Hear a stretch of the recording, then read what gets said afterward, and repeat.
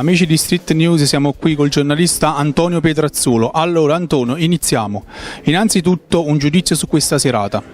Una serata sempre positiva perché è un piacere ritrovare tanti amici e soprattutto essere in compagnia di Nello Dirna, che da anni si batte per questo premio, che negli ultimi anni è diventato anche un tributo alla memoria di Pasquale D'Angelo, caro amico e tifoso.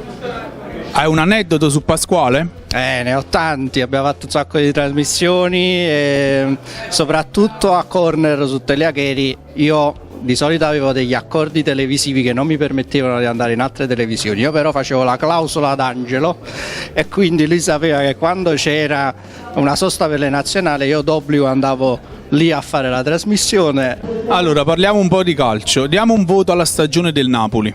Diciamo che il voto è sospeso perché mi aspetto di poter dare un bel voto pieno alla prossima stagione di Ancelotti, che però a mio avviso può e deve fare molto di più anche in sede di campagna acquisti, soprattutto in questa fase estiva. Con la sua rete di amicizie può portare sicuramente qualche top player all'ombra del Vesuvio. Secondo te chi è stata la sorpresa e la delusione della stagione del Napoli? Ma la sorpresa e anche la delusione è stato non, a mio avviso, avere un cammino più lungo in Coppa Italia, perché con poche partite potevi vincerla. Ha vinta la Lazio, la settima della storia, e poi quello che si può fare in Europa League o in Champions ben venga. Poi il secondo posto in classifica è importante, però bisogna lottare fino alla fine. Secondo te cosa serve per ridurre il gap con la Juve? Il discorso fatto dal Tottenham ma anche dall'Ajax, quindi la voglia di arrivare, di vincere anche con calciatori semisconosciuti può fare la differenza.